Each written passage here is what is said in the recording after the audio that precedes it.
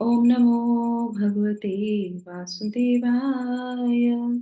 ओम नमो भगवते वासुदेवाय। ओम नमो भगवते वासुदेवाय। ओम अज्ञानतिमिरान्धस्य ज्ञानाञ्जनशलाकया चक्षुरुन्मीलितं येन तस्मै श्रीगुरुवे नमः। नमः ॐ विष्णुपादाय कृष्णपृष्ठाय भूतले श्रीमते भक्तिवेदान्त स्वामिनिति नामिने। नमस्ते सारस्वते देवे गौरवाणी प्रचारिणे निर्विशेषा शून्यवादी पाश्चात्य देशतारिणे। जय श्री कृष्णा चैतन्य प्रभु नित्यानंद श्री अद्वैत गदाधर श्रीवासादि गौर भक्तिवृंद। हरे कृष्णा कृष्णा कृष्णा हरे हरे हरे रामा राम राम हरे हरे।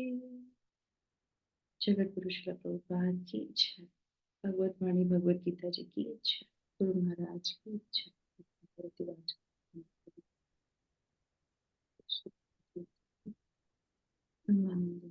श्री चैतन्य। हरे कृष्णा। तो सभी लोग का बहुत बहुत हरे कृष्ण हरे आज कृष्ण के प्रणाम। दंडवत प्रणाम सबका। आज के बहुत बहुत स्वागत आज के हमारे इस सत्र में। और हम लोग पढ़ने जा रहे हैं भगवत गीता जी के अध्याय 14 और श्लोक संख्या 17, है ना। तो हम लोगों ने पिछली बार 16 के बारे में पढ़ा था। तो ये पूरा जो हमारा सेक्शन है, पूरा जो हमारा अध्याय है, 3 गुणों पे आधारित है। और ये 3 गुण कैसे कैसे कार्य करते हैं, है ना। तो इसकी उत्पत्ति कैसे होती है और इसका प्रभाव क्या होता है ना। और उसके बाद ये है, ये गुण जो है हमें कैसे बांध देते हैं और इसका रिजल्ट क्या होता है। और इन गुणों में अगर कोई व्यक्ति अपना शरीर त्याग करता है तो वो कहाँ उसकी जो है गति होती है, वो भी हमने जाना था। सतोगुण में, रजोगुण में और तमोगुण में, है ना। और 16 और 17 ये जो हम पढ़ा हम लोगों ने पिछली बार 16। तो फलों के बारे में इसमें बताया था कि किस तरीके से जो है प्रतिफलित होते हैं। 16 में हमने सुना था कि प्रतिफलित होते हैं, ठीक है। तो कुछ फल जो होते हैं जल्दी मिलते हैं और कुछ फल जो है देर से मिलते हैं, ठीक है ना।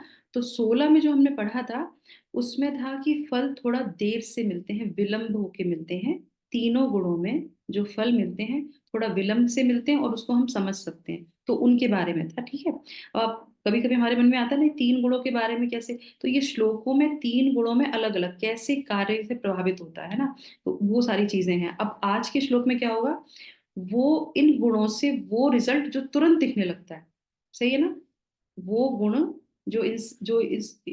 वो इन गुणों से जो रिजल्ट तुरंत दिखने लगता है, जो फल तुरंत दिखने लगता है, उनकी हम आज चर्चा करेंगे श्लोक संख्या 17 में, ठीक है। उससे पहले एक छोटा सा प्रश्न कि पिछले सत्र को हमने विराम किया था, कुछ गुणों को हमने सीखा था, जाना था। और वो क्यों हमने एक्सरसाइज की थी, जिससे हम ये समझ सके कि कौन से गुण हमें तुरंत दिख रहे हैं। तो आप लोगों में से कितने लोग हैं जिन्होंने वो एक्सरसाइज की थी। माता जी मैंने भी की थी। हाँ, हैंड रेस करिए अपने अपने कि किस किस ने करी है वो एक्सरसाइज। इलेक्ट्रॉनिक हैंड रेस कर दीजिए, अगर मैं अपना कैमरा नहीं खोलना चाहते तो कोई बात नहीं। हैंड रेस कर दीजिए किस किस ने वो प्रैक्टिस की थी। मोना मेहता जी ने की थी, बस बाकी किसी ने नहीं की थी। तो ये भी हमारे 3 गुणों का प्रभाव प्रदर्शित करता है। अगर आप लोग हैंड रेस नहीं कर पा रहे तो अलग बात है, और अगर नहीं किया है तो ये भी हमारे जो है गुणों का प्रभाव हमको समझ में आता है कैसे। जो सतुगुण व्यक्ति होता है वो जब सुनता है ना। देखिए ऐसा नहीं है कि हमने किसी को बोला कि सतोगुण है तो वो पूरा टाइम सतोगुण नहीं। हमने पढ़ा था कि हर सेकंड में ये 3 गुण बदलते हैं और ये हमेशा हमारे ऊपर कार्यान्वित रहते हैं, हमेशा, चौबीसों घंटे। तो वो हमें देखना है कि किस समय हमने कौन सा डिसीजन लिया, तो उस समय हमारे ऊपर कौन सा गुण प्रभावित होता है। तो जैसे हमने कुछ सुना और हमने उसके ऊपर अप्लाई करने का प्रयास किया, उसको जीवन में उतारने का प्रयास किया, तो वो क्या है, वहां पे हमारा सतोगुण ने हमको सहायता दी, सही है। रजोगुण में ठीक हम करते हैं और उसके बाद क्या कर सोचते हैं, ठीक है दूसरों पे अप्लाई करके देख लेते हैं ना। और तमोगुण व्यक्ति क्या करेगा, सुनेगा और निकाल देगा, उसको कोई फर्क नहीं पड़ता। समझ रहे हैं ना मेरी बात को। तो जो हम सीखते हैं, हमें हमारे सीखना सतोगुण में आता है, सत्र में आना सतोगुण में आता है, उसको ग्रहण करना सतोगुण में आता है। पर अगर हम उसको लापरवाही बस उसको छोड़ देते हैं, क्योंकि बाद में हम पे तमोगुण आएगा, छोड़ देते हैं, तो समझ लीजिए कि जो हमने सीखा था उसे तमोगुण ने उसको हमारे ऊपर प्रभावी कर दिया। तो ये हर सेकंड में हमारे ऊपर कार्य करता है, ठीक है। तो इस तरीके से, ठीक है। तो अब हम आ जाते हैं अपने श्लोक संख्या 17 पे।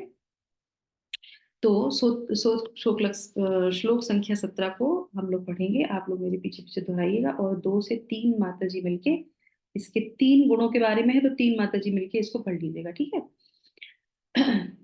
सत्वत्वा संजायते ज्ञानम, सत्वता संजाये ज्ञानम, रजसो लोभ एव च, रजस लोभ एव च, प्रमाद मोहो तमसो, प्रमाद मोहो तमसो, भवतो अज्ञानमेव च।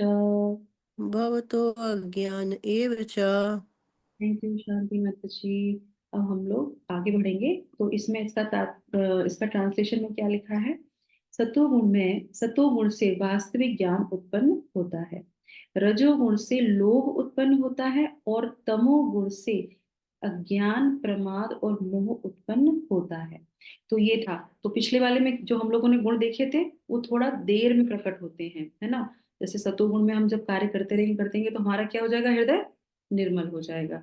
और अगर ये क्या है, ये प्रकट तुरंत होने लगते हैं, तो कौन सा जल्दी से प्रकट होने लगता है, तो सतोगुण का जो ज्ञान है वो आपको धीरे धीरे प्रकट होने लगता है, ठीक है। तो हम शुरू करते हैं यहाँ पे तात्पर्य से। यस माता जी, कौन माता जी पढ़ना चाहेंगे, पढ़िए। तात्पर्य शिला प्रभुपाद की जय। क्योंकि वर्तमान सभ्यता जीवों के लिए अधिक अनुकूल नहीं है, अतएव उनके लिए कृष्ण भावनामृत की संस्तुति की जाती है। कृष्ण भावनामृत के माध्यम से समाज में सतोगुण विकसित होगा। सतोगुण विकसित हो जाने पर लोग वस्तुओं को असली रूप में देख सकेंगे। तमोगुण में रहने वाले लोग पशु तुल्य होते हैं और वे वस्तुओं को स्पष्ट रूप से नहीं देख पाते। उदाहरणार्थ, तमोगुण में रहने के कारण लोग यह नहीं देख पाते जिस पशु का वे वध कर रहे हैं उसी के द्वारा वे अगले जन्म में मारे जाएंगे। वास्तविक ज्ञान की शिक्षा न मिलने के कारण वे अनुत्तरदायी बन जाते हैं और इस उच्च उच्छ्रा उच्छृंखलता को रोकने के लिए जनता में सत्वगुण उत्पन्न करने वाली शिक्षा देना आवश्यक है। हरे कृष्ण। उच्च श्रृंखला होती है ना, उच्च श्रृंखला, ऊंची श्रृंखला, तो यहाँ पे बोले उच्च श्रृंखलता, ठीक है। यस माता जी, आगे बढ़िए। सतोगुण हरे कृष्णा। हाँ। जगत गुरु श्री प्रपात की जय। सतोगुण में शिक्षित हो जाने पर वे गंभीर नहीं बनेंगे। सतोगुण में शिक्षित हो जाने पर वे गंभीर बनेंगे और वस्तु को उनके सही रूप में जान सकेंगे। तब लोग सुखी तथा संपन्न हो सकेंगे। भले ही अधिकांश लोग सुखी तथा समृद्ध न बन पाए, लेकिन यदि जनता का कुछ भी अंश कृष्ण भावनामृत विकसित कर लेता है और सतोगुणी बन जाता है, तो सारे विश्व में शांति तथा संपन्नता की संभावना है। नहीं तो यदि विश्व के लोग रजोगुण तथा तमोगुण में लगे रहे, तो शांति और संपन्नता नहीं रह पाएगी। रजोगुण में लोग लोभी बन जाते हैं और इंद्रिय भोग को की उनकी लालसा की कोई सीमा नहीं होती। कोई भी यह देख सकता है कि भले ही किसी के पास प्रचुर धन तथा इंद्रिय तृप्ति के लिए पर्याप्त साधन है, लेकिन उसे न तो सुख मिलता है, न ही मन शांति। ऐसा संभव नहीं है, क्योंकि वे रजोगुण में स्थित है। हरे कृष्ण। हरि बोल। जगत प्रभात की इसको एक माता जी जगत पढ़िए। जगत गुरु शिल प्रपात की जय। क्योंकि वह रजोगुण में स्थित है, यदि कोई रंच मात्र भी सुख चाहता है तो धन उसकी सहायता नहीं कर सकता। उसे कृष्ण भावना मत के अभ्यास द्वारा अपने आप को सत्वगुण में स्थित करना होगा। जब कोई रजोगुण में रत रहता है तो वह मानसिक रूप से ही अप्रसन्न नहीं रहता, अपितु उसकी वृत्ति तथा उसका व्यवसाय भी अत्यंत कष्टकारक होते हैं। उसे अपनी मर्यादा बनाए रखने के लिए अनेक अनेक योजनाएं बनानी होती हैं। यह सब कष्टकारक है। तमोगुण में लोग पागल प्रमत्त हो जाते हैं, अपनी परिस्थितियों से ऊब कर वे मात सेवन की शरण ग्रहण करते हैं और इस प्रकार वे अज्ञान के गर्त में अधिकाधिक गिरते हैं। जीवन में उनका भविष्य जीवन अंधकार में होता है। Hare Krishna. Thank you so much Premlata माता जी और सुषमा, दोनों सुषमा चौहान, सुषमा सिंह माता जी। तो ये बहुत सुंदर है। तो अब देखेंगे हम लोग सबसे पहले सतोगुण की बात करते हैं। सतोगुण, रजोगुण, तमोगुण के बारे में बता रहे हैं। तो सतोगुण में वास्तविक ज्ञान उत्पन्न होता है, नंबर 1। और जो है सतोगुण में, रजोगुण में जो है लोभ उत्पन्न होता है ना, और ये तुरंत दिखने लगता है। और तमोगुण में अज्ञान, प्रमाद और मोह उत्पन्न होता है ना। तो आप देखेंगे यहाँ पे छोटा सा हम सबके लिए प्रश्न आता है कि जैसे जैसे हम भगवत गीता पढ़ रहे हैं, तो आप हम लोग कुछ बताइए कि क्या हमको भगवत गीता समझ में आ रही है। हमको जो हम सीखते हैं इतने टाइम से, हम जो पढ़ते चले आ रहे हैं, क्या हमको वो समझ में आ रही है थोड़ी थोड़ी? जी यस माता जी। माता जी, यस जी माता प्रभु जी। जी। जी माता जी। मतलब है कि जी हमने, माता जी, थोड़ी थोड़ी। हाँ थोड़ी थोड़ी, यस। तो जब से हमने गीता जी को, और जब हम लोगों ने शुरू किया था, हमें बिल्कुल नहीं आती थी गीता, करेक्ट है ना। जी माता जी। शास्त्र का साथ लिया, संग किया, तो उसके संग के प्रभाव से क्या हुआ, सतोगुण बढ़ा हुआ। और उस सतोगुण के प्रभाव से क्या हो रहा कि आज हम लोग जब ज्ञान सेक्शन पढ़ रहे हैं, तो हमें काफी चीजें क्लियर है।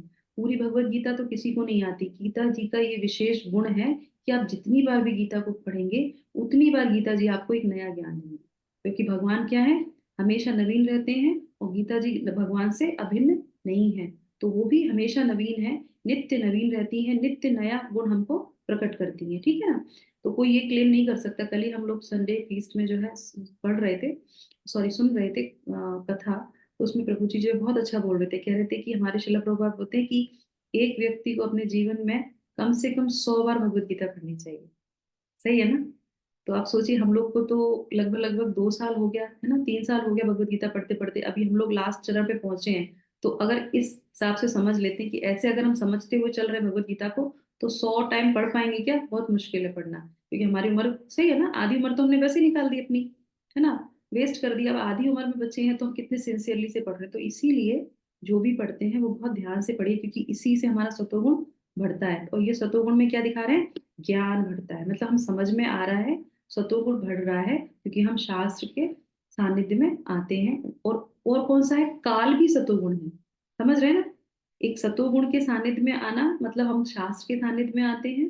दूसरी बात क्या है, हम नाम, हरि नाम प्रभु के सानिध्य में आते हैं सुबह के टाइम पे। और उसके बाद हम जो है क्या करते हैं, उसी काल में, है ना, ब्रह्म मुहूर्त की बेला में हम भगवत गीता पढ़ते हैं। तो इन सब का प्रभाव ये है कि हम भगवत गीता को समझ रहे हैं। पर दूसरी बात ये भी है कि जब हम सीखते हैं और उसके बाद सुनते हैं, और उसके बाद अगर अप्लाई नहीं करने का प्रयास करते हैं, सिर्फ हमें प्रयास करना है, रिजल्ट की चिंता नहीं करनी है। प्रयास करने से क्या होगा, तो हम पूरा उसका फल ले पाएंगे। तो इसीलिए ये बोला जा रहा है कि हमको जो है सतोगुण में क्या होता है, ज्ञान आता है, और आ रहा है ज्ञान, इसका हमें उपयोग करना चाहिए, ठीक है। तो इसी से संबंधित जो है मैं आपको बताती हूँ। ये चीजें समझ में आ गई सबको, ये 3 टर्म्स तो सबको समझ में आती है। ज्ञान हो जाता है जब सतोगुण होता है, लोभ आ जाता है जब रजोगुण होता है और ये दिखने लगता है ना, और तमोगुण आता है तो अज्ञान रहता है, प्रमाद रहता है, मोह रहता है, आलस रहता है। तो यहाँ पे हम एक आपको बहुत अच्छा एग्जाम्पल देते हैं, श्रीमद् भागवतम के चौथे स्कंद के, है ना, 4.25, मतलब 25 अध्याय में, आप चाहो तो इसे नोट डाउन कर लो। ये सब क्या है, केस स्टडी है, ये हमें बहुत प्रभाव डालते हैं। जब हम इनको पढ़ते हैं तो हमें ये चीज याद आनी चाहिए कि अच्छा ये जो लीला हुई थी, तो इसमें हमने ये सीखा था, तो वो हमें उस समय हमारे रियलाइजेशन कराएगा। तो जिस समय प्राचीन बरही की कथा आती है इस ग्रंथ में, तो उसमें प्राचीन बरही के जो पुत्र हैं, 100 प्रचेता, है ना, तो उसमें से उनका एक पुत्र होता है जिसका नाम होता है हाँ, तो सॉरी सॉरी, इसमें ये नहीं है, वो लास्ट वाली कथा में। हाँ, तो इसमें जो है उनके 100 पुत्र होते हैं, और वो क्या करते हैं, प्राचीन परी के पुत्र जो है वो जल में खड़े होकर तपस्या करते हैं ना, ये बहुत फेमस है। खड़े होकर जब तपस्या कर रहे होते हैं, तो वो जो करते हैं, तो उनकी तपस्या से क्या होता है, जो प्राचीन बरी है ना, उनके अंदर भक्ति बढ़ती है। पुत्र जब तपस्या करते हैं, तो उसका रिजल्ट क्या होता है, प्राचीन भरी के अंदर क्या आता है, भक्ति बढ़ती है। भक्ति बढ़ती है, और ज्ञान आता है ना, उनकी तपस्या से उनको वो रिजल्ट मिल रहा होता है। और जब वो इस तरीके से करते हैं तो उसी समय जब उनके हृदय में ये चीज आती है, सतोगुण का विकास होता है। समझ में आ रहा है? तो पहले जब वो तपस्या कर रहे थे उनके अंदर में सतोगुण का विकास होता है, और उनके इस विकास से जो है उनके मन में पाता है कि मुझे अब क्या है, परम ज्ञान को जानना है। जब सतोगुण बढ़ता है तभी हम ये इच्छा करते हैं कि मुझे परम ज्ञान को जानना है।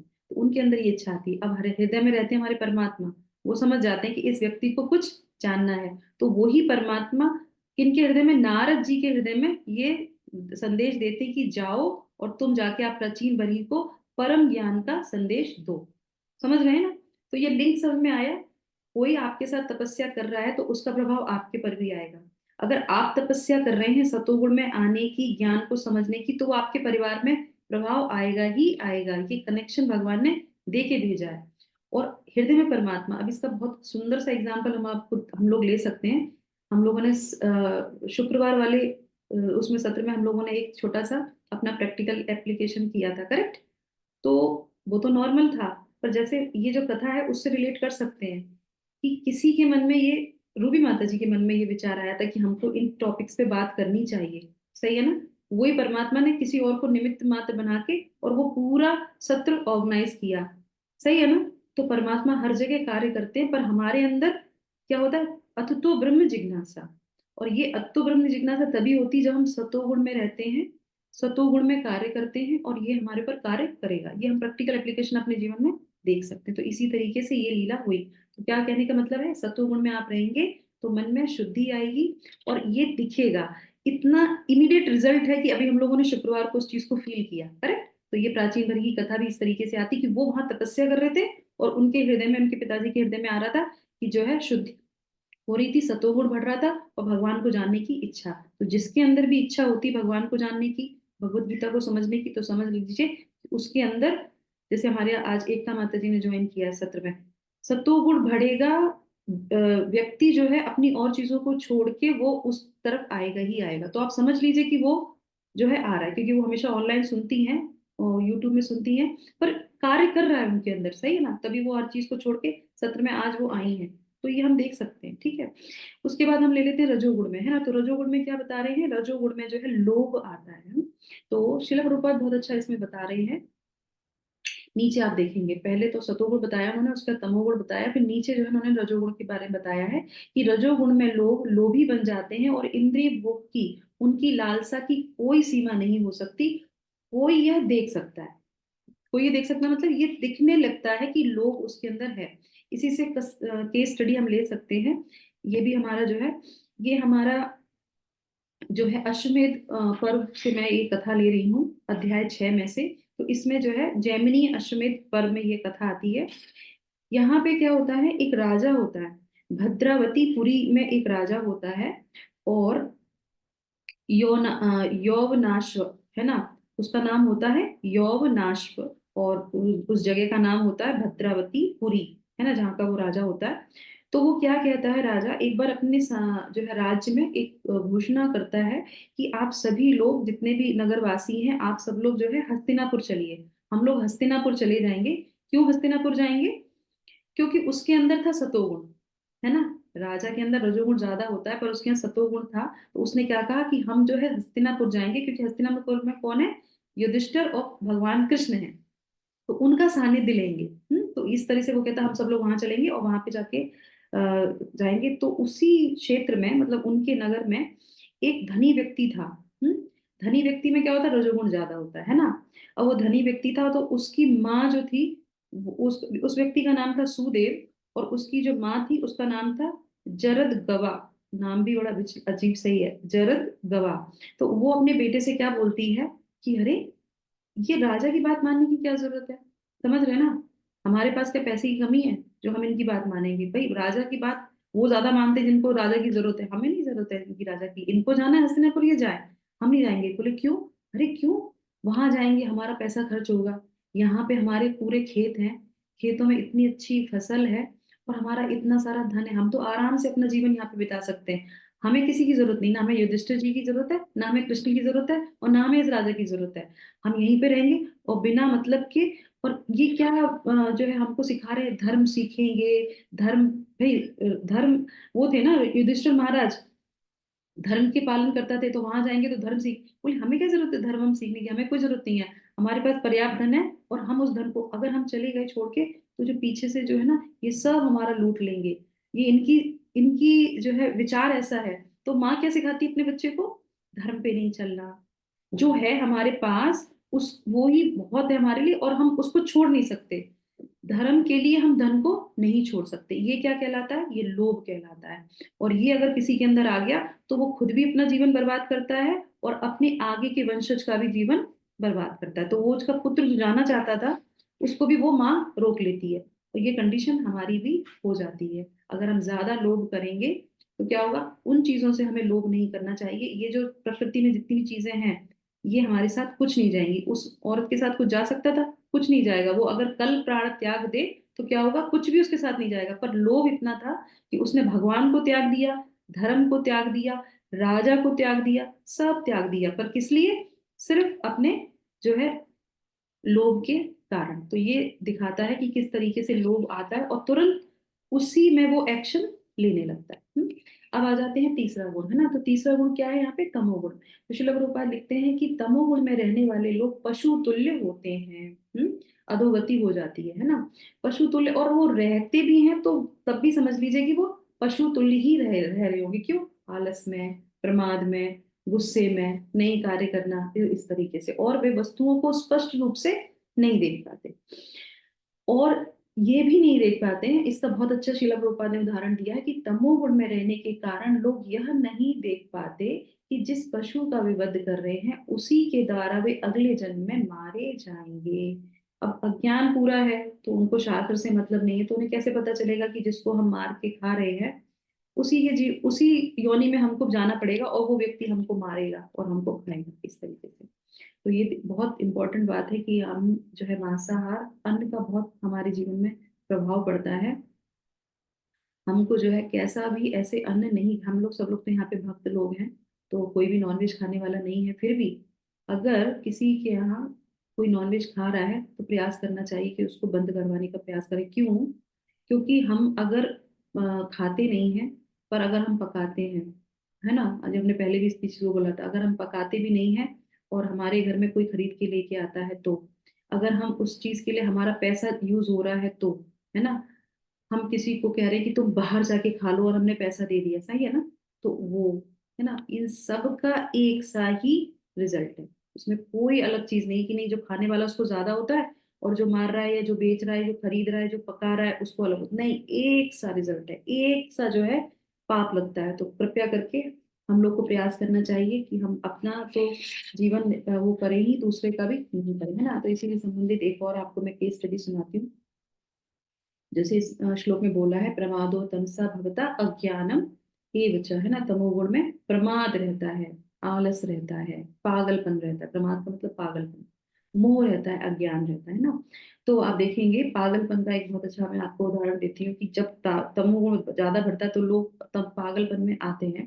तो बलि महाराज के बारे में आपने सुना ही होगा, है ना। तो महाराज के 100 पुत्र में से एक पुत्र जो था उस वो इतना बलवान था, इतना बलवान था, उसके अंदर जो है 1 लाख हाथी जितनी शक्ति थी। अब 1 लाख हाथी की होगी तो उसका शरीर भी तो विशाल होगा, तो वो विशाल काया शरीर का था, विशाल उसके अंदर शक्ति थी। और वो इतनी शक्ति थी, हाथियों जितनी हाथियों वाली शक्ति थी। और वो इतनी प्रमाद में रहता था, मद मंद में ही रहता था, क्योंकि खाना पीना जो है उसका तमोगुणी था। वो शक्ति वो सदोगुण में भी यूज कर सकता था, है ना, जैसे हमारे कौन, भीम। पर ये तमोगुण में था, तो इसलिए वो क्या करता, तो एक बार रंगनाथ जी की यात्रा जाती है, और रंगनाथ जी की यात्रा होती है तो ये भी उसमें जाता है, क्योंकि परिवार बलि महाराज के है तो वो कहे जाना है तो जाना है। पर तमोगुण इतना प्रभावी है। तो हम लोग भी कभी कभी क्या करते हैं, अच्छी चीजें कर रहे होते हैं, है ना, पर उसमें तमोगुण चढ़ता है तो वहां पे जाके सब चीजें खराब कर देते हैं। तो ये रिजल्ट हम सामने देख सकते हैं। तो वो क्या करता है, वो मद मस्त में हाथी की तरह चलता है, और वो यही नहीं देखता किसको ठोकर लग रही है, किसको कोई दब रहा है, तो वो कितने साधुओं को कुचल देता है और अपने मस्ती में वो रंगनाथ जी की यात्रा करता चला जाता है। तो और जो साधु होते हैं, जो बूढ़े बाड़े होते हैं, बेचारे गिर पड़ते हैं, वो ये उसको श्राप देते हैं, ये कहाँ से आ गया इस यात्रा में, ये हाथियों की तरह मद होके मद मस्त में चला जा रहा है। ये नहीं देख रहा किसको लग रही है, किसको चोट लग रही है, किसको मार रहा है, ये कुचल रहा है। जा तू जाके क्या बन जा, हाथी बन जा। उसको श्राप दे देते हैं। और यही जो है क्या बन जाता है, कुवल्या पीड़ हाथी। सही है ना। तो जानवरों के जैसा तमोगुण में व्यवहार करने से क्या होता है, अगले कुवल्य पीड़ हमने पढ़ा है ना कृष्ण बुक में, जब भगवान ने जिसका वध किया था कुवल्य पीड़ हाथी का, तो ये वही जो है कुवल्य पीड़ का हाथी, इनको जो है श्राप मिला और ये जो है कुवल्य पीड़ हाथी बन गए। और फिर क्या है, क्योंकि बलि महाराज के पुत्र थे तो स्वयं भगवान ने आके उनका उद्धार किया। पर समझने की बात क्या है कि हम जब सत्वगुण का भी कोई कार्य करते हैं तो हमें ध्यान रखना चाहिए कार्य हम कर रहे हैं सत्वगुण का, पूजा का कार्य है, पढ़ने का कार्य है, कुछ भी है, पर अगर तमोगुण प्रभावित है तो हम उस समय उस गुण को क्या कर रहे हैं, खराब कर रहे हैं, और उस हमारे को रिएक्शन आ जाता है। उसी तरीके से मोह का है। मोह में जो है भगवत गीता में जो है भगवान 18वें अध्याय के 30वें श्लोक में जो है, जो श्लोक है उसमें इसके बारे में बताया जाता है। 18वां अध्याय पूरी हमारी भगवत गीता का जो है अवलोकन है। तो उसमें प्रभुपाद जी क्या बोलते हैं कि जो तमोगुण में होता है वो धर्म को और अधर्म, धर्म को अधर्म के रूप में चलाता है और अधर्म को धर्म के रूप में चलाता है, बिल्कुल अपोजिट कार्य करता है। इस तरीके से वो करते हैं। आप देखेंगे सब कुछ अच्छा होने के बाद भी वो ये नहीं समझ पाता कि क्या धर्म है और क्या अधर्म है ना। तो इसका बहुत अच्छा उदाहरण क्या है, धृतराष्ट्र। मोह था, किसका मोह था, पुत्र का मोह था। क्या हुआ, फिर क्या हुआ, पूरा उन्होंने महाभारत करवा दिया। उन्हें यही नहीं समझ में आया कि क्या हम अधार्मिक कार्य कर रहे हैं, किसके कारण, सिर्फ दुर्योधन के मोह के कारण, है ना। इतना मोह था और खुद भी कह रहे थे कि मैं अंधा हूं, मैं मोह में अंधा हूं। खुद भी बोलते हैं वो, इस बात को खुद भी कंफर्म करते हैं कि मुझ में इतना मोह है कि मैं हट ही नहीं पा रहा इससे, मुझे पता है ये गलत है, और फिर भी वो जो है उस कृत्य को कर देते हैं। तो इस तरीके से ये गुण प्रभावित करते हैं और हम एक्शन कर लेते हैं। उसके बाद आ जाते हैं यहाँ पे अज्ञान से, अज्ञान जो उत्पन्न होता है ना। तो इसका जो है अज्ञान का, हम सब लोग जानते हैं कि अज्ञान, हम लोगों ने पढ़ा था पिछले श्लोक में और एक्सरसाइज की थी, उसी से संबंधित मैं आप लोगों से प्रश्न पूछूंगी कि जब ये जो है अज्ञान उत्पन्न होता है कि तमोगुण उत्पन्न होता है, तो दो केसेस में, जब समय अनुकूल नहीं होता या कठिनाई आती है तो सतोगुण व्यक्ति क्या करता है, बताइए। पिछले हम लोगों ने एक्सरसाइज की थी, ये याद रखने वाली चीज है, क्योंकि ये कठिनाई तो हमारे जीवन में रोज आती है, हर पल में कुछ ना कुछ विचलित करने वाली परिस्थिति आ जाती है। तो सतोगुण व्यक्ति क्या करता है, धीर रहता है माता जी, स्थिर रहता है। ये धैर्य में रहता है, धैर्य रखते हैं। और रजोगुण वाला क्या करता है, तुरंत कुछ एक्शन लेने के लिए सोचते हैं, कुछ करना है तुरंत। हो जाता है, हाँ, अधीर हो जाता है। विचलित हो जाता है। सतोगुण धीर रहता है, शांत। रजोगुण क्या करता है, एक्शन लेता है, कुछ ना कुछ, अरे क्या करना है, कैसे करना है, सही है, ये रहता है। तमोगुण वाला क्या करता है, दूसरों पर इल्जाम लगाना। यस, दूसरों पर इल्जाम लगाना। यस। तो अब हम, ये हमारे अंदर टेंडेंसी नहीं है क्या, है। हम भी दूसरों पे आरोप, जब हमारे अंदर ये आए कि हम दूसरों पे आरोप लगा रहे हैं, जैसे कोई बात हो गई, तुम्हारी वजह से ऐसा हुआ, तो समझ लो क्या है, उसकी गलती नहीं है। अभी क्या समझेंगे हम इस अध्याय को पढ़ने के बाद, अज्ञानता आ गई। देखिए हम सतोगुण में थे, कुछ विचलित परिस्थितियां आई और हमने किसी पे दोषारोपण लगा दिया, आज, कल या परसों, तो या हम उसके बारे में अंदर सोच रहे हैं, घुट रहे हैं, तो समझ लीजिए कि वो अज्ञानता उस सरकम चांसेस में हमारे ऊपर बैठ गई। सही है ना। अभी कल ही मेरे साथ ये इंसिडेंट हुआ था, हम लोग जा रहे थे कहीं के लिए, हम और मेरे प्रभु जी दोनों लोग साथ में थे, और कुछ लेट हो रहे थे, कुछ चीजें चल रही थी ऐसे करके, तो मैं बहुत एंजाइटी में थी, अरे लेट हो रहा है, ये सब चीजें। प्रभु मेरे बोले तुमको क्या चाहिए, मैं थोड़ी देर शांत हो गई, शांत हो रही, बोले तुम पानी वानी पी लो। फिर वो तो शांत हो गई, फिर बोले तुमको चाहिए क्या, मैंने कहा मुझे सतोगुण चाहिए। इमीडिएटली मेरे मन में वो आया, मुझे सतोगुण चाहिए, क्यों, क्योंकि मैंने अपने आप को जज कर लिया कि मुझ पे रजोगुण आया, और रजोगुण में अगर मैं कुछ एक्शन लूंगी तो ये मेरा तमोगुण में आ जाएगा। सही है ना। अगर कुछ और होते तो हम कुछ और बात करते, कुछ और, ये होता है। और हम परिवार वाले हैं ना, हमारे साथ बच्चे भी हैं, हमारे साथ फैमिली भी है, हमें बहुत से, तो ऐसा नहीं है कि हम पूरे टाइम सतोगुण में नहीं रहते हैं, हम सतोगुण रजोगुण तमोगुण आता ही आता है। पर सबसे अच्छी बात है, उसके बाद मुझे इतनी प्रसन्नता हुई जब मेरे मुंह से वो निकला ना, तो मेरे प्रभु हंसने लगे कह रहे हाँ, इम्पैक्ट आ गया, जो मतलब जो बोलते हैं वो हमारे जीवन में कार्य करता है, क्योंकि हम प्रे करते हैं भगवान से कि भगवान जो हम पढ़ रहे हैं कृपया करके आप हमारी बुद्धि में उस समय हमको वो ज्ञान देना और हमको सहायता प्रदान करना, क्योंकि वो तो हमारे साथी है ना हृदय में, और वो देते हैं। तो मुझे इतनी खुशी हुई उसके बाद, मैंने कहा हाँ, क्योंकि उस समय हम ये बोलते नहीं मुझे पानी चाहिए, नहीं एसी चाहिए, या कुछ कुछ ऐसा चाहिए, या अब कुछ भी बोल सकते थे, पर उस समय मेरे दिमाग में क्या आया, मुझे रजोगुण चाहिए क्योंकि मेरा सॉरी, मेरा मुझे सतोगुण चाहिए क्योंकि मेरा रजोगुण बढ़ गया। तो इस तरीके से हम अपने जीवन में देख सकते हैं कि अगर तमोगुण बढ़ेगा, पागलपन जैसे हो जाएंगे हम, मोह में आ जाएंगे, बहुत सी चीजों को गलत डिसीजन ले लेंगे, और सबसे बड़ी बात क्या, अज्ञानता और दूसरों पे दोषारोपण करने लगेंगे। तो हमें इस चीज से बाहर निकलना है, दूसरों पे दोषारोपण की ये जो हमारी बहुत गहरी टेंडेंसी है, छाप है हमारे जीवन में, कि उसकी वजह से हमारे जीवन में ऐसा हुआ, नहीं, जो भी होता है वो हमारे खुद के कर्मों की वजह से होता है। और कल मैं भक्ति रसामृत सिंधु पढ़ रही थी, तो बहुत सुंदर उसमें एक प्रसंग था। तो श्रीमद् भागवतम का उसमें दिया था, कभी हम पढ़ेंगे, जैसे ये सत्र खत्म करेंगे ना, ये हमारा पूरे श्लोका खत्म होंगे तो हम वो पढ़ेंगे भागवतम का जो उन्होंने उस वहां पे दिया था। तो उसमें वो कहते हैं, भगवान से प्रार्थना करते हैं कि मैं जो हूँ बंधा हुआ हूँ, और दूसरी बात, तीनों गुणों से हमेशा बंधा रहता हूँ, तो मैं कैसे आपकी जो है प्रार्थना कर सकूं, मैं कैसे आपकी सेवा कर सकूं। तो ये बहुत सुंदर मुझे जब लगा, सोते समय मैं पढ़ रही थी उसको, और उसके बाद मुझे इतना सुंदर लगा कि देखिए कितने बड़े बड़े जो हमारे आचार्य हैं, जो बड़े बड़े भक्त हैं, वो भी ये प्रार्थना करते हैं। और भक्ति विनोद ठाकुर भी अपने जो है भजनों में ये बोलते हैं कि हम तो तीन गुणों से बंधे हैं भगवान, हम कैसे आपकी जो है सेवा कर सकें। तो हमें हमेशा ये सोचना चाहिए कि हम बंधे हैं, हम निकलना बहुत मुश्किल है, पर हमेशा प्रयास करना है, उसको हमेशा अपने चित्त में रखना है ना। तो इसी के साथ हम जो है इसको विराम करते हैं। और उपाय के रूप में क्या है, उपाय के रूप में शिला प्रभुपाद ने जो है बहुत सुंदर नीचे दिया है कि उसे कृष्ण भावनामृत के अभ्यास द्वारा अपने आप को सतोगुण में स्थित करना होगा। जब कोई रजोगुण में रत रहता है तो वह मानसिक रूप से भी अप्रसन्न से ही अप्रसन्न नहीं रहता, अपितु उसकी वृत्ति तथा उसका व्यवसाय भी अत्यंत कष्टकारक होते हैं। और उसे अपनी मर्यादा बनाए रखने के लिए अनेक अनेक योजनाएं बनानी होती हैं, ये सब कष्टकारक हैं। तो इसी तरह वो क्या बोलते हैं कि अपनी परिस्थितियों से ऊब कर वे मद सेवन की शरण में ग्रहण करते हैं। तो कहने का मतलब यहाँ पे क्या है, उपाय के रूप में सबसे सुंदर प्रैक्टिकल एप्लीकेशन है संडे फीस्ट।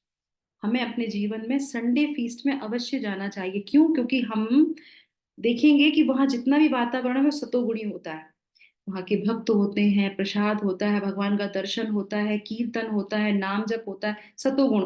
तो वो हम एक दिन जाके, अब हम हमारा ये बहुत प्रैक्टिकल एप्लीकेशन है, हमें अपने जीवन में जहाँ पे भी हम जिस शहर में हैं, जहाँ पे भी हैं, एक दिन अवश्य अपना निकालिए और उन भक्तों का एसोसिएशन लीजिए, वहां से भगवान से प्रार्थना कीजिए, और वो आपको पूरे हफ्ते एनर्जी देगा। तो संडे फीस्ट हमको कभी भी मिस नहीं करना चाहिए, क्योंकि शिला प्रभुपाद ने ये मूवमेंट इसीलिए चलाया और ये सबको बोला कि एक दिन संडे का आपको यह है मंदिर में देना चाहिए। तो वहां से हम पूरे जो है एनर्जी, जो ज्यादा जा सकते हैं तो बहुत अच्छी बात है, पास में आप रोज जा सकते हैं, शाम की आरती सुबह की आरती कर सकते हैं, पर नहीं जा सकते तो एक दिन तो हमको जरूर अवश्य में जाना। क्यों? क्योंकि बाकी टाइम तो हम सतो रजोगुणी या तमोगुणी में ही लड़ते रहेंगे। अरे एक दिन तो जाके भक्तों का साथ हमें लेना चाहिए, क्योंकि वो भी सतोगुणी चीजों का सानिध्य लेते हैं, और बिना भक्तों के हमारी भक्ति चलेगी नहीं। तो इसलिए हमें ये अवश्य करना चाहिए, हमारे लिए बहुत अच्छा प्रैक्टिकल। जय माता जी, दंडवत प्रणाम। मेरी एक क्वेश्चन है। तो जब हम जाते हैं मंदिर, जाते हैं संडे फीस्ट को ऐसे जाते हैं, तो कीर्तन कीर्तन तो होता है, भागवतम सुनते हैं, सब तो अच्छा होता है। फिर कुछ कुछ ऐसे भी आ जाता है, हम तो बोलते नहीं है जैसे, लेकिन मानसिक में वो जो थोड़ा सा कुछ किसी का कुछ थोड़ा अनबन हम देखते हैं, तो उसको हमारा माइंड में आ जाता है। तो उसको कैसे करना है, उसको कैसे हम रोकना है? वो आ जाता है, बार बार आ जाता है। नहीं, हम किसी का नहीं देखेंगे, दोष दर्शन वो तो हो जाता है, तो फिर उसके कैसे हम बचेंगे उससे? करेक्ट करेक्ट, बहुत अच्छा माता जी आपने प्रश्न किया था। कल भी हमारे जब सत्र हुआ था संडे फीस में, तो वहां पे भी एक माता जी ने ऐसे प्रश्न किया था प्रभु जी से, तो उन्होंने बहुत अच्छा आंसर दिया था। मैं उसी आंसर को यहाँ पे रिपीट करूंगी। तो उन्होंने क्या बोला था कि हम जब, जैसे आज हम लोगों ने पढ़ा है ना कि हमें तीन गुणों में रहते हैं हम हमेशा, तो हमें अपना गोल ध्यान रखना चाहिए। तो इसी तरीके से जब हमारा कोई हायर गोल रहता है ना, तो हमें और चीजें विचलित नहीं करती है। जैसे कि एग्जाम्पल, कि एक कोई बच्चा जाता है परीक्षा के लिए, तो रास्ते में बहुत सारे लोग होते हैं, कोई कुछ कर रहा था, कुछ कर रहा है, उसको उन चीजों से कोई मतलब नहीं होता। क्यों? क्योंकि उसको अपने जो है परीक्षा स्थल पे पहुंचना होता है। तो उसको और चीजें विचलित नहीं करती हैं। फिर परीक्षा स्थल में पहुंचने के बाद मान लीजिए वहां पे जो है पंखा नहीं चल रहा है, या बाहर दूसरे बच्चे कुछ और कर रहे हैं, या टीचर कुछ और कर रही है, तो वो किसी पे ध्यान नहीं देता। वो क्या करता है, अपनी परीक्षा में परीक्षा देना होता है। तो हमारे से वीक पॉइंट क्या हो जाता है कि हमारा अपना गोल हमारा निर्धारित नहीं है। तो हम अपना गोल पहले से निर्धारित करके चलेंगे कि नहीं, वो दूसरे क्या कर रहे हैं। देखिए सभी बीमार हैं, शिला प्रभुपाद कहते हैं सब बीमार है, सब वहां आते हैं, तो सबकी मनोस्थिति भी अलग है। पर हमको वो ध्यान रखना है कि हम किस लिए मंदिर जा रहे हैं। हमने अपना 2 घंटे मंदिर में किस लिए किया है। मंदिर में महाराज भी हैं, मंदिर में ब्रह्मचारी भी हैं, और सबसे बड़े मंदिर में तो भगवान भी है ना। तो उनसे जाके हमें प्रार्थना, उनको देखने जा रहे हैं, उनसे मिलने जा रहे हैं, जो हमने पूरे हफ्ते किया है वो उनको बताने जा रहे हैं, या उनसे पूछने जा रहे हैं कि हम आगे कैसे करेंगे, सही है ना। तो इस तरीके से, और आप देखेंगे कि वहां पे हमें डॉक्टर्स भी मिल जाते हैं मंदिर में, जो हमें बहुत सहायता करते हैं। जैसे हमें हूँ कुछ माता जी से मैं हमेशा जाके बोलती हूँ कि आप हमारे लिए प्रे करिए, और मैं उनके पीछे खड़ी होकर भगवान के प्रे करती हूँ। मैं कभी भी भगवान के फ्रंट में जाके नहीं खड़ी होती, क्योंकि मेरे अंदर वो क्षमता नहीं है। जो मेरे सीनियर है मैं उनके पीछे जाके खड़ी होती हूँ और बोलती हूँ आप हमारे लिए प्रे करिए, हम खड़े रहेंगे। क्यों? क्योंकि वो ही हमको बचा के चलेगा। तो इसलिए मंदिर में कुछ ऐसे भक्त भी होंगे जो आपको भक्ति में लेके आते हैं, जो आपको सिखाते हैं, तो उनका सानिध्य रखिए, फिर आपको कोई और चीजें दिखेंगी नहीं। और फिर हमारा गोल है कि उतने घंटे हमको मंदिर में जाके अपनी साधना करनी है, भक्तों से मिलना है, सबसे जो है प्रेम से वो करना है, तो और चीजें डिस्टर्ब फिर नहीं करेंगी। तो ये हमारी परीक्षा होती है। एक और बहुत सुंदर चीज थी, कल मैं सुन रही थी उसमें लेक्चर में, तो बहुत सुंदर प्रभु जी बता रहे थे कि ये जो हम लोग ना बंधन में हैं, और जैसे ही हम लोग, जब देखिए आप बाहर के जो लोग होते हैं, जो मॉल में जा रहे हैं, इधर उधर जा रहे हैं, सब कुछ जा रहे हैं, उनको तो माया कभी टच नहीं करती है, करती है नहीं। जैसे ही कोई व्यक्ति कहता है अब मैं इस्कॉन जा रहा हूँ, माया कहती अब तुम्हें मैं पकड़ूंगी। तो जैसे ही कोई भक्तों के साथ लेने के लिए प्रयास करता है, अच्छी चीज में जाता है ना, तो वो तमोगुणी और रजोगुणी जो देवियां होती है वो क्या कहती है, अरे तुम कहाँ जा रहे हो, तुमको मैं इधर खींचती हूँ। तो वो हर तरीके से हम पे अटैक करती हैं। तो मुझे सुन के इतना अच्छा लगा कि बात तो सही है, जब हम भक्ति में आते हैं तो हमको और ज्यादा एग्जाम देना पड़ता है, अब तुम्हें ये खींचेगा, अब तुम्हें वो खींचेगा। तो बहुत हमारे लिए बहुत जो है इससे हम सीख सकते हैं, है ना माता जी। होप ये हमारे लिए कार्य करेगा। कल मुझे सुना तो मुझे बहुत अच्छा लगा, तो वही मैंने आपको रिपीट किया है यहाँ पे, है ना। तो हम इस तरीके से कर सकते हैं, मैं भी ऐसे ही करती हूँ। थैंक यू माता जी, Hare Krishna. Thank you so much. Hare तो हम कृष्ण। धन्यवाद हरे करेंगे शिला प्रभुपाद को, और हरे कृष्णा महामंत्र के साथ सत्र को विराम करेंगे। हरे कृष्णा हरे हरे कृष्णा कृष्णा कृष्णा कृष्ण हरे कृष्ण हरे हरे हरे हरे राम हरे हरे राम राम राम हरे राम राम हरे हरे हरे कृष्णा कृष्ण कृष्ण कृष्णा हरे कृष्णा कृष्ण हरे कृष्ण हरे कृष्ण हरे हरे राम हरे हरे हरे राम राम हरे राम राम राम राम